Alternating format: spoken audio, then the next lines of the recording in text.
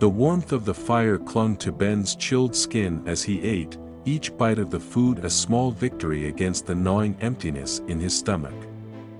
He didn't care what the dish was, whether it was a stew of roots, plants, or whatever small animals the older man had managed to catch. It tasted like salvation. Every spoonful filled him with a gratitude so deep that it threatened to overwhelm him. His hands, once trembling and weak from hunger, now steadied with each movement, and the fog in his mind began to clear. The hunger was still there, of course, but now it was manageable. His body was finally beginning to recover. Across from him, the older man, whose name Ben still didn't know, kept his distance, watching silently. His dark eyes, sharp and calculating, flicked occasionally between Ben and the stranger who had led him here. Despite the warmth of the fire, there was a tension that hung in the air like a thick, heavy cloud. Ben could feel it, this unease between the two men. The older man had already made it clear that his offer of food didn't come without a price.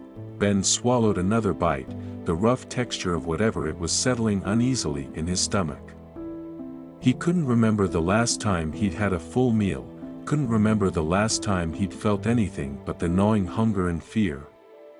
And though he knew he should be grateful, a small voice in the back of his mind told him that this moment wasn't as simple as it seemed.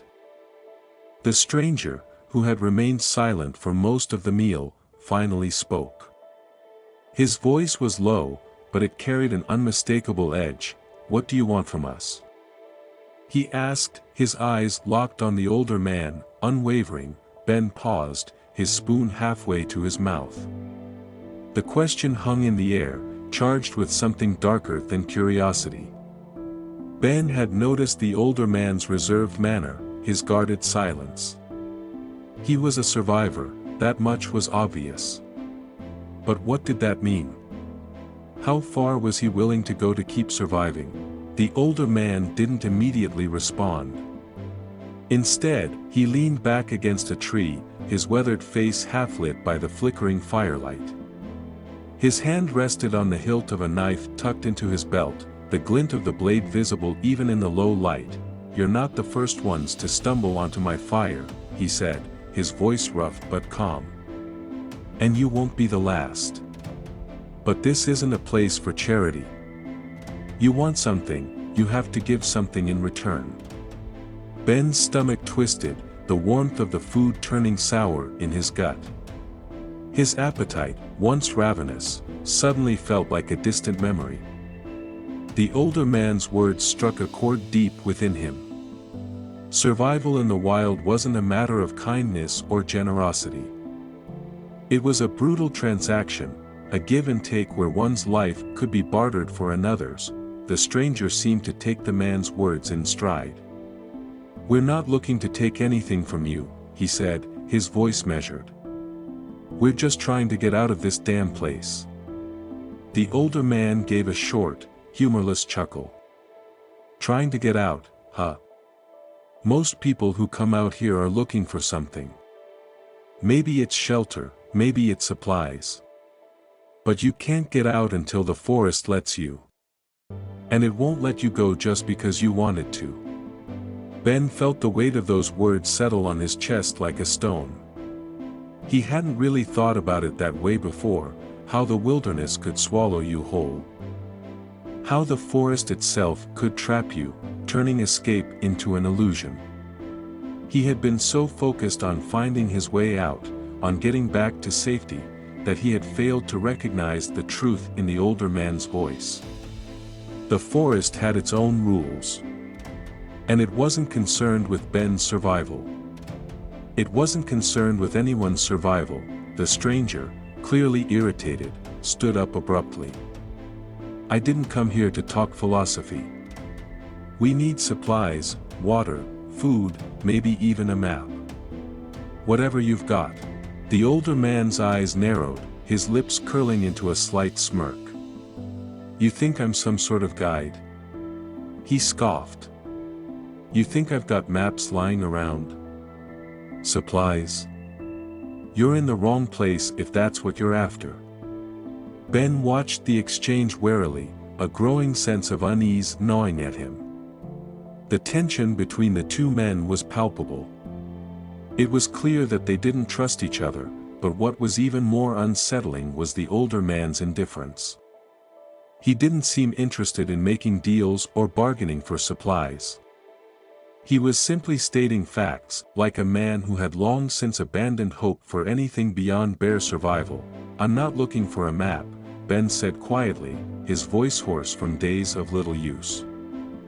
He set his bowl down carefully, trying to appear more composed than he felt. Just tell me what you need. I'll help. I don't want trouble." The older man regarded him for a long moment before speaking, his voice low but firm. "You're already in trouble," he said. "The forest doesn't care if you want to stay out of trouble. You're here now, and there's a price for that." Ben felt his pulse quicken. He glanced at the stranger, who still hadn't moved, his face unreadable. The older man stood up suddenly, causing both Ben and the stranger to tense. He walked toward a small pile of supplies, his boots crunching against the forest floor, and returned with a bundle of rope. "You want something from me? You'll have to earn it," he said, tossing the rope at Ben's feet. Ben blinked in confusion. The stranger raised an eyebrow, but he didn't say anything. "What do you want me to do with this?" Ben asked, his voice faltering slightly. "Cut wood," the older man replied gruffly. "The fire's dying. It won't last the night without more fuel." Ben looked down at the rope, then at the stranger. It wasn't much of an exchange, but it was a start. A way forward. He nodded and stood, his legs shaky as he made his way to where the older man had pointed. The air was still thick with tension, but at least for now, there was a task to focus on, something that kept him from thinking too much about the darkness creeping around them. The stranger, still silent, followed Ben as he made his way to the nearby trees. The older man didn't watch them. He returned to his fire, sitting down again with a look of quiet calculation on his face. Ben grabbed the nearest axe that had been left beside the fire and began chopping at a fallen log.